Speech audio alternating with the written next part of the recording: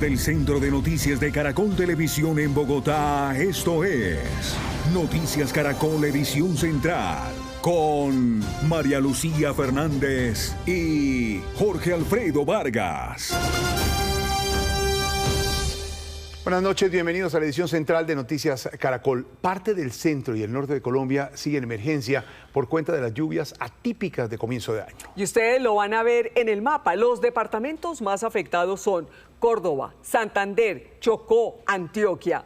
El Sistema Nacional de Emergencia reporta 256 en 172 municipios del país. Ahora les mostramos la imagen del satélite del IDEAM en tiempo real. Gran parte del territorio colombiano nublado, con altas posibilidades de lluvias en las próximas horas. Jorge Alfredo, y hay que explicar que según los meteorólogos, un frente frío que circula en el Caribe, sumado a una condición acumulada de lluvias, aumentó el nivel de las precipitaciones, las bajas temperaturas y, por supuesto, las ráfagas de viento. Sí, señora, en Lebrija se desbordó el río que lleva su mismo nombre. En este punto de Santander, la fuerza de la corriente se llevó a una persona y destruyó varias viviendas.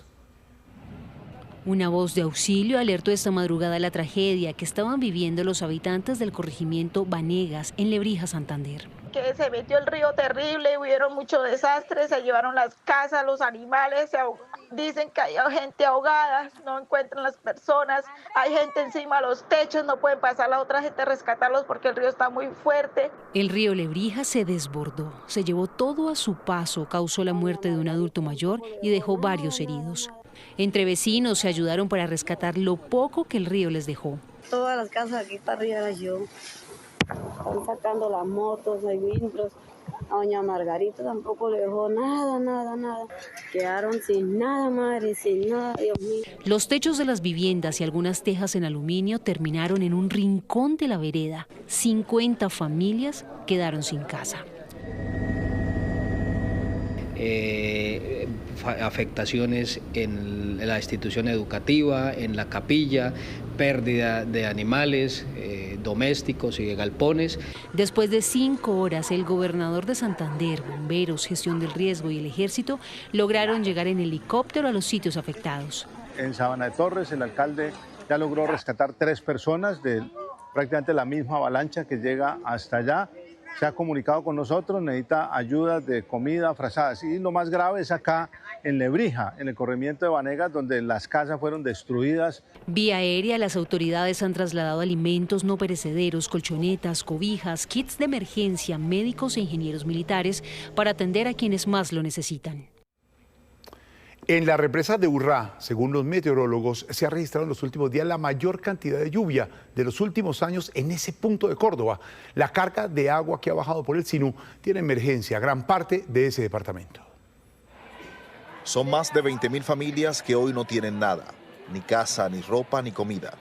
Las aguas furiosas de los ríos Sinú, San Jorge y Canalete se llevaron todo: sus hogares, los cultivos que eran su sustento, sus animales y vidas enteras. Me inundó la casa, ya van recorriendo bastante, las lluvias no han cesado, sigue lloviendo todavía bastante. Me da pesar de cómo estaba mi casa. ¿Por qué? Porque mi casa estaba hundida. Me hundía y estoy triste porque tengo un perrito allá. ¿Qué te quedó solo? ¿Con quién saliste? Con mis hijos y mi esposo. ¿Qué se llevó el agua? Se me llevó todo. Se me mojó todo. Su casa, sus enseres, sus cultivos. Sí, todo. Los cultivos, las colchonetas toditas se me mojaron. 6 días que parecen una eternidad. Escuelas y colegios se convirtieron en refugios improvisados donde cientos de familias intentan sobrevivir. Mi casita está llena, al borde de la locura con el agua. Rescaté a mi perrito, a mi hijo. Las aguas del humedal Berlín empiezan a generar inundaciones en varios sectores del barrio Vallejo y El Dorado de la ciudad de Montería. Algunos pobladores tratan con barricadas como esa de detener el paso de las aguas. Más de 300 viviendas están viendo afectadas y ya han desalojado como unas 150 familias. En medio de esta tragedia, la solidaridad se hace presente. La Alcaldía de Montería, la Cámara de Comercio y la Cruz Roja lideran recolección de alimentos y frazadas para los damnificados. En Chocó, San Andrés, Bolívar y el Golfo de Urabá se empiezan a sentir con mayor intensidad los efectos del frente frío que golpea el norte del país.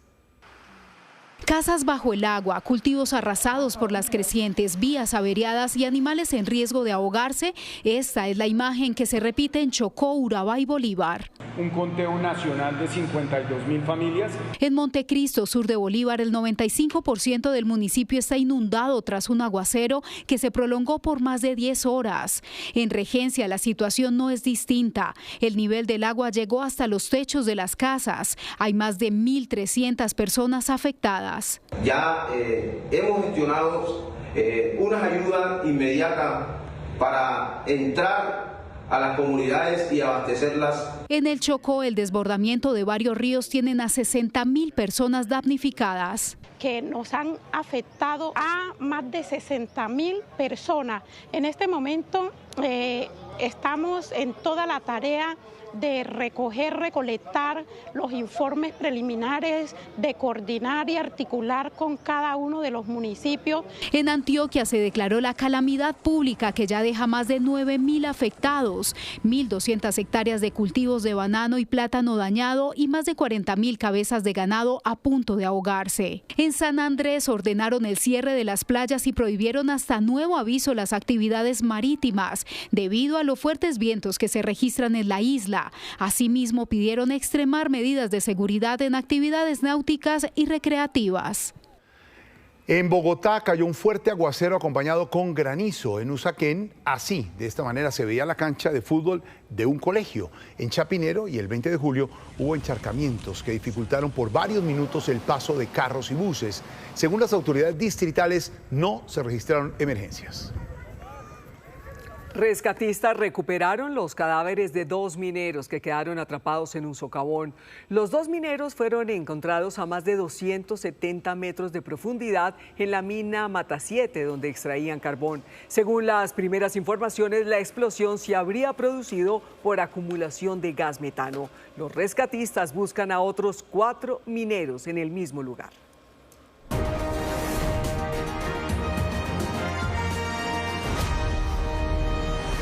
Colombia decide 2026, faltan en este momento 29 días, 12 horas, 50 minutos y 1 segundo para que se abran las urnas el próximo 8 de marzo, cuando decidiremos en manos de quiénes quedará el Congreso de la República y quiénes serán los candidatos presidenciales en las consultas interpartidistas. Terminó hace pocos minutos el sorteo del tarjetón para las consultas interpartidistas. Juan David Ríos, ¿cómo quedaron ubicados los candidatos? Malú, mire, en este momento tengo en mis manos cómo será ese tarjetón oficial de las consultas. Las 3 consultas van a aparecer en lista y ustedes la ven acá. La primera consulta que va a aparecer es la consulta de las soluciones, salud, seguridad y educación, con 2 candidatos justamente que están en la parte superior de este tarjetón. Luego viene la gran consulta por Colombia. 9 candidatos están ya en su orden, en el que ustedes van a encontrarlo, por supuesto, en sus mesas de votación. Y por último está el candidato Frente por la Vida, la consulta Frente por la Vida, con 5 candidatos al terminar justamente este tarjetón. En la parte posterior, en la parte inferior del tarjetón, este es el tarjetón oficial que a usted le van a mencionar, que en las mesas de votación las va a encontrar y usted la va a pedir si es que quiere votar en alguna de estas consultas. Importante, debe marcar solo una opción en esta tarjeta. Le van a entregar este tarjetón de la consulta más una del Senado de la República y por supuesto otra de la Cámara de Representantes. Así queda entonces el tarjetón definitivo de las consultas que van para el 8 de marzo. Juan, gracias. Y tiene que pedir el tarjetón de la consulta si usted quiere votar. Lo acaba de definir la registraduría. Revisemos cómo quedó la consulta del Frente por la Vida después de la decisión del Consejo Electoral de no avalar la candidatura de Iván Cepeda. Estas son las caras de esa consulta tal y como quedarán en el tarjetón. De esta manera: Héctor Elías Pineda, Edison Torres, Roy Barreras, Marta Viviana Bernal y Daniel Quintero. El retiro de la consulta de Juan Fernando Cristo y Luis Gilberto Murillo desató un fuerte pronunciamiento de Roy Barreras, quien aseguró que estas decisiones dividen el progresismo. El candidato dijo más tarde que se reunió con el presidente Gustavo Petro y que hará un anuncio al país en las próximas horas. Camilo Romero, también renunció a la consulta. Esta tarde se le vio, como lo muestran estas imágenes, en plaza pública con Iván Cepeda en la ciudad de Santa Marta. Fue en este escenario donde Romero contó que no va en el llamado Frente por la Vida. Y ahora en el orden como fue sorteado en el tarjetón, así quedó la consulta por Colombia. Mauricio Cárdenas, David Luna, Vicky Dávila, Juan Manuel Galán, Paloma Valencia, Juan Carlos Pinzón, Aníbal Gaviria, Enrique Peñalosa y Juan Daniel Ovido. De estos 9 nombres saldrá el candidato a la presidencia de este espectro político. Precisamente de acuerdo con el orden de ese sorteo empezamos hablando de cómo quedó conformada la consulta de las soluciones. Dicha consulta en el orden está conformado por Claudia López y Leonardo Huerta.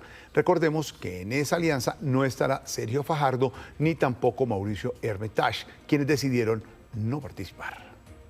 Y estos son los aspirantes que por ahora no irán directo a la primera vuelta presidencial sin pasar por consulta. Y los ven: Iván Cepeda, Sergio Fajardo, Abelardo de la Espriella, Daniel Palacios, Carlos Caicedo, Luis Gilberto Murillo, Mauricio Liscano, Juan Fernando Cristo, Clara López, Maurice Armitage, Luis Carlos Reyes, Sandra Macolis y Santiago Botero. Son por lo menos 13 candidatos para primera vuelta que, sumados a los 3 que salgan de las consultas, sumarían en total 16 candidatos en el tarjetón. Las consultas del próximo 8 de marzo tendrán un impacto directo en la definición de los candidatos presidenciales que irán a primera vuelta en el mes de mayo. ¿Puede un aspirante renunciar y apoyar otra campaña? ¿Pueden ser fórmula vicepresidencial? Esto es lo que usted debe saber. Colombia está a 1 mes y 2 días de esta primera gran cita electoral, en donde además de las elecciones legislativas se puede votar por estas 3 consultas siempre y cuando usted pida el tarjetón en el puesto de votación. Este mecanismo permitirá depurar la lista de aspirantes, puntualmente pasar de 17 precandidatos a 3, que a partir del 9 de marzo y hasta el 13 de ese mes podrán inscribirse formalmente como candidatos para la primera vuelta. El ganador se inscribirá como candidato principal a la presidencia. Por ende, no puede ser candidato a la vicepresidencia de ningún otro partido, teniendo en cuenta que incurriría en doble militancia. Después de inscritos, los candidatos podrían retirarse de la contienda, pero pierden el derecho a la reposición de votos y serán objeto de sanciones económicas. El Consejo Nacional Electoral estableció para el 8 de marzo algo así como 8.500 pesos por cada voto que obtenga cada candidato. Si se retiran, pues no recibirán ningún dinero y tendrán que reponer todos los gastos en que incurrió la organización electoral para adelantar la consulta. La votación de las consultas el próximo 8 de marzo será un medidor inicial en la carrera por la presidencia. La primera vuelta tendrá lugar el 31 de mayo y la eventual segunda vuelta el 21 de junio. Tras la reunión entre las cancilleres de Colombia y Ecuador, no hubo resultados positivos para detener la guerra de aranceles. La Cancillería aseguró que el gobierno de Daniel Noboa no accedió, por ahora, a retirar la resolución de los aranceles del 30% a nuestro país. En respuesta, Colombia dejaría en firme el decreto arancelario contra varios productos ecuatorianos. Noches se aceleró la inflación anual en Colombia, pasando de una variación del 5,10% en diciembre al 5,35% en enero, dato que acaba de reportar el DANE. Por los rubros que más se encarecieron en enero, hoteles, restaurantes, transporte, entre otros, dicen analistas que se empiezan a sentir ya los efectos del incremento en el salario mínimo sobre el costo de vida. En más información, por factores climáticos cayó con fuerza la producción de café en Colombia durante enero de este año. Revela la Federación de Caficultores que la producción fue de 893.000 sacos con una disminución del 34%. En más información, la Corte Constitucional suspendió temporalmente, mientras toma una decisión de fondo, otro decreto asociado con la emergencia económica del Gobierno Nacional que imponía cargas a las generadoras de energía como estas. Una contribución de 2,5% sobre sus utilidades antes evasores de impuestos. En mercados internacionales, por primera vez el índice Dow Jones en Wall Street superó la barrera de los 50.000 puntos. En máximos históricos, las acciones estadounidenses. Veamos indicadores. Cayó el dólar. Mañana regirá una tasa representativa del mercado de 3.670 pesos con 20 centavos. Subió el petróleo Brent, superando los $68 por barril. Bajó el café, precio de referencia para el fin de semana, 2.146.000 pesos por carga en promedio. Continúe con Noticias Caracol. Víctor, gracias. En la ceremonia en la que Estados Unidos oficializó la entrega de 11 nuevos vehículos blindados para el Ejército Nacional, John McNamara, encargado de negocios del presidente Trump en Bogotá, se despidió de los soldados de nuestro país. Las banderas de Colombia y Estados Unidos se izaron unidas y con una firma se oficializó la donación de Estados Unidos a nuestro país de 11 vehículos blindados ASB, que fueron mucho más que tanques de guerra. Es un símbolo del lazo inquebrantable entre nuestras dos naciones. El encargado de negocios de Estados Unidos en Colombia asistió al evento y pronunció un discurso de despedida del cargo que ejercerá hasta el 13 de febrero. Allí elogió al ejército colombiano. Hay muchos ejércitos que miran a ustedes, no quiero decir con envidia, pero con la esperanza de llegar a su nivel de profesionalismo, de entrenamiento. ¡Que viva Colombia! ¡Que viva los Estados Unidos de América! ¡Viva! Y que viva nuestra amistad duradera. ¡Viva! Muchas gracias a todos. Son vehículos artillados y con un blindaje balístico de varias capas de acero que protegen a la tripulación. Como estos, ya son 156 los tanques que Estados Unidos le ha entregado a Colombia. Son los vehículos que nos han permitido a nosotros garantizar no solamente el control del territorio y cumplir con nuestra misión, sino que también nos ayudan a nosotros a proteger la vida de nuestros soldados.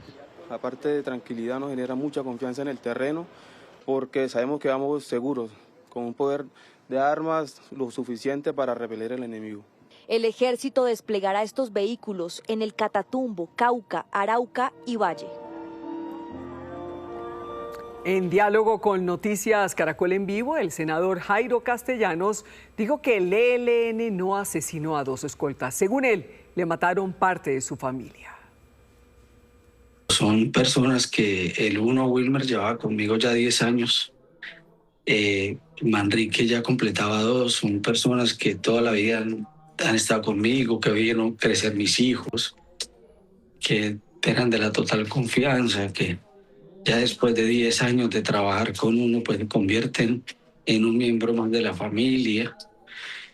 Hermano, esto es una tragedia, y ver cómo los masacraron tan vilmente con una sevicia que raya en lo inhumano. Porque no solo acaban con la vida de 2 de más de sus cercanos colaboradores, sino que también secuestran a 3 más. ¿Cómo fue esto? Los postran al piso y luego se les van cerca de unos 20 guerrilleros y empiezan a dispararle a la camioneta con la sevicia que vemos como quedó el estado de la misma. Más de 400 impactos, 20 guerrilleros contra 2 muchachos encerrados en un carro. ¿Usted había sido víctima antes de amenazas? No, Pablo, no tenía ninguna amenaza. No conocía de absolutamente ninguna amenaza contra mí. Esto no tenía ningún antecedente.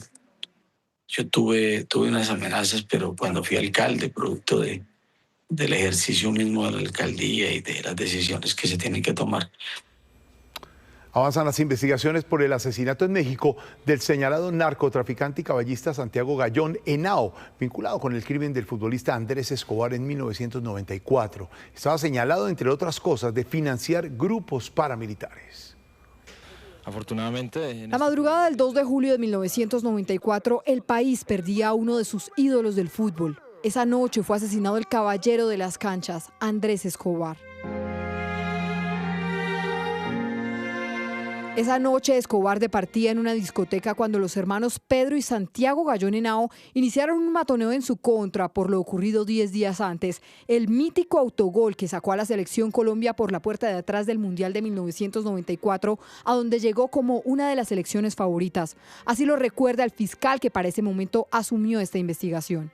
De lo que yo recuerdo, el bullying tuvo que ver con que primero le gritaron autogol, Andrés autogol, pues como burlándose o mofándose contra él por el autogol.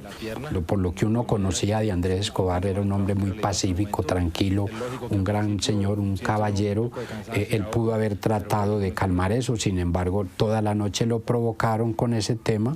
Aunque por ese crimen fue condenado a 43 años de cárcel, Humberto Muñoz Castro, escolta de los hermanos Gallón Henao, tanto Pedro como Juan Santiago Gallón también fueron detenidos por supuesto encubrimiento. Desde allí, el nombre de Juan Santiago Gallón Henao fue vinculado con negocios de narcotráfico. En marzo de 2010 fue condenado por un juez de Antioquia a 3 años por financiar a un grupo de 300 paramilitares liderados por Carlos Castaño, que delinquían en el suroeste antioqueño. Por este caso solo pagó 3 años efectivos en cárcel.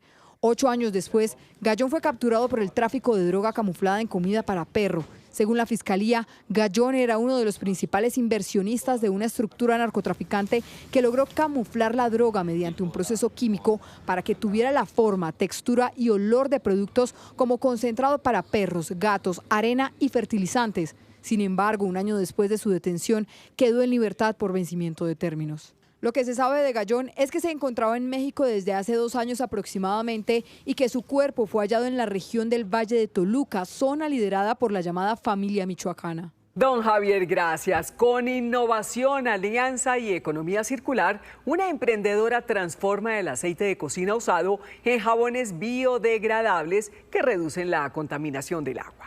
Hola, soy Daniela Carvajal y esta es nuestra historia. Nosotros empezamos en el 2017 queriendo resolver un problema ambiental muy grande que es el aceite de cocina usado y empezamos haciendo jabones. Con la fabricación de estos jabones biodegradables, en 6 meses se logran proteger más de 46 millones de litros de agua. Podemos reciclar el 100% de este residuo sin importar su procedencia, aceites vegetales, grasas, lo que sea. ¿Cuál es el impacto ambiental que genera Torna? Pues el impacto como tal sería 1 litro de este contamina hasta 40.000 litros de agua. Nosotros lo que hacemos es convertir ese residuo en un jabón biodegradable. Nos ha servido muy bien en la parte de lo que es cristalería, pisos y en la parte de la cocina. Funciona muy bien para las distintas actividades. Por su emprendimiento protector de las fuentes hídricas, Daniela Carvajal es una colombiana que hace historia.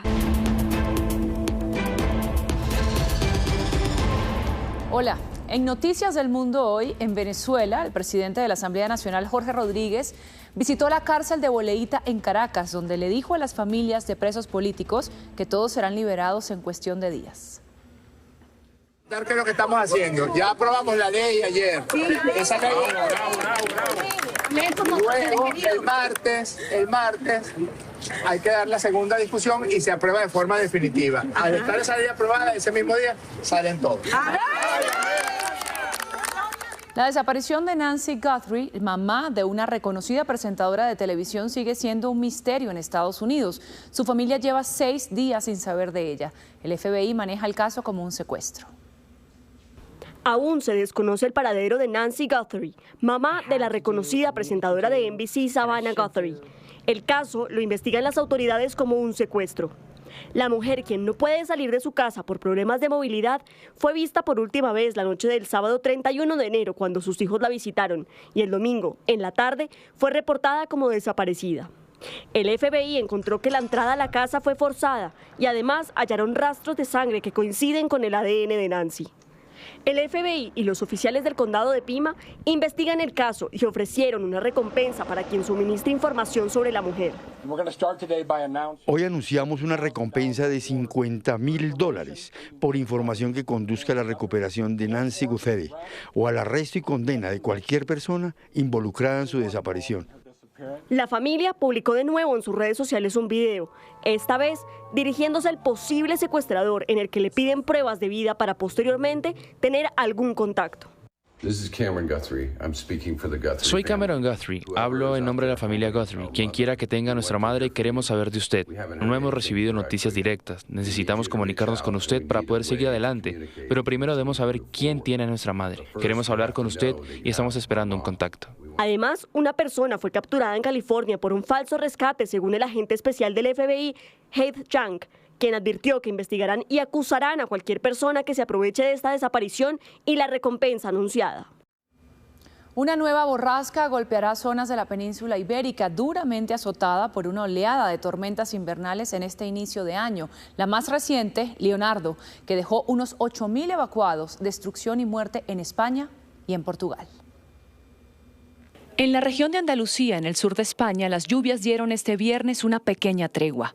Esto permitió a las autoridades trabajar en desinundar algunas poblaciones. Sin embargo, el agua volverá en pocas horas. Vienen días complejos porque entra un nuevo frente, otra borrasca en el día de mañana. Estamos sufriendo una meteorología muy adversa, muy peligrosa, muy delicada. La borrasca Marta llegará este sábado. En la península ibérica acaban de salir de la tormenta Leonardo, que dejó una mujer desaparecida en Andalucía tras lanzarse a un río a tratar de salvar a su perro, y en Portugal a un hombre muerto.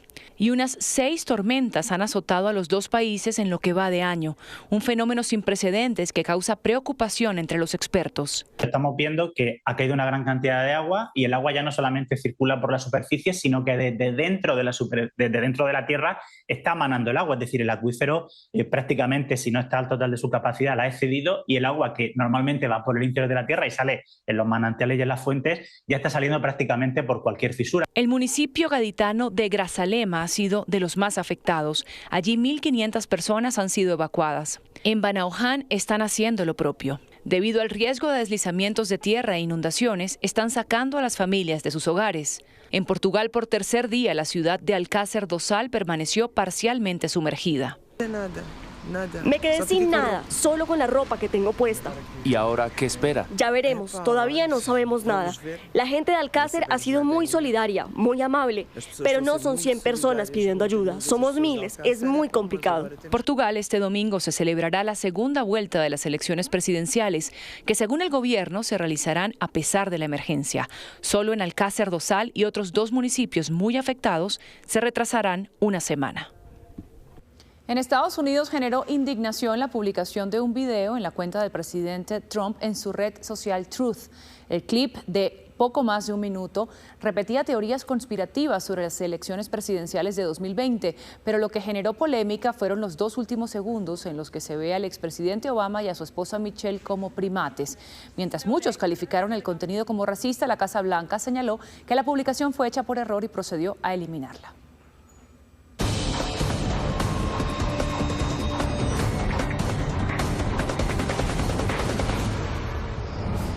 Buenas noches y bienvenidos al Código Caracol Electoral.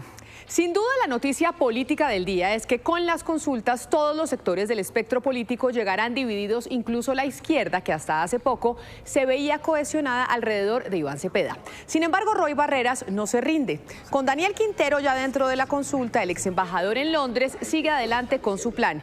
Y no es un detalle menor. ¿Por qué? Porque en esta sección ya les había contado que fue el propio Barreras quien le consiguió el aval del PTC a Quintero y quien impulsó su participación cuando todavía no estaba claro si estaba habilitado o no, e incluso cuando Iván Cepeda aún hacía parte de esas reuniones.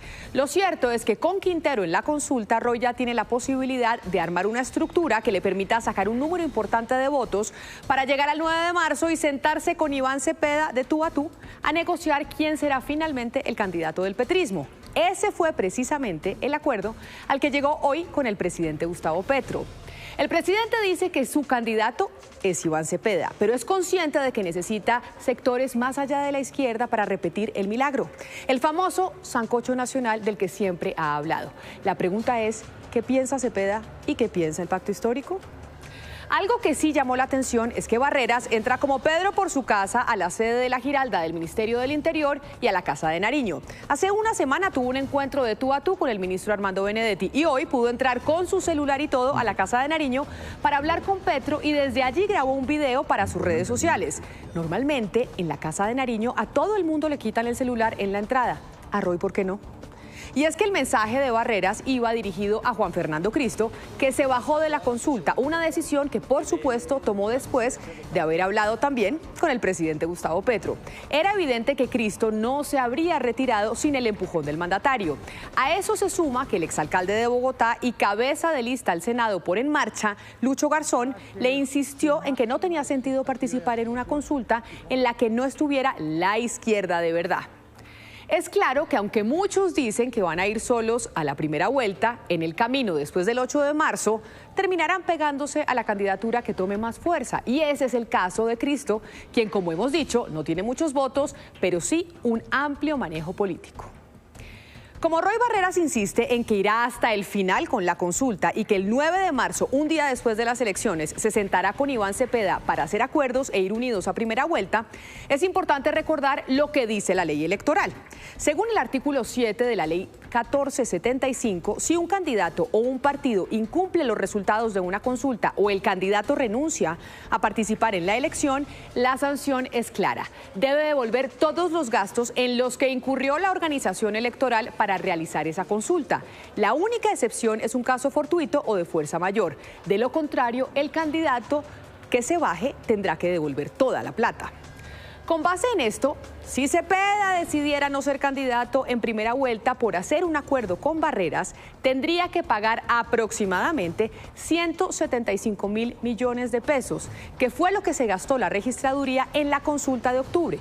Casi 175.000 millones, sin contar lo que les dieron por reposición de votos. Si el que se baja es Roy Barreras, el costo sería mucho menor porque sería solo la tinta del tarjetón y la reposición que le den por los votos. Es decir, esta división de la izquierda a todos nos va a costar una plata, porque al final esto es dinero público.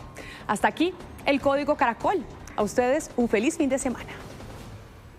Camila, gracias. Terminaron las noticias. Nos vemos a las 11:30 de la noche en última edición. Ya viene Desafío Siglo XXI. Sí, señor. Esto es Noticias Caracol. Primero la gente. Buenas noches.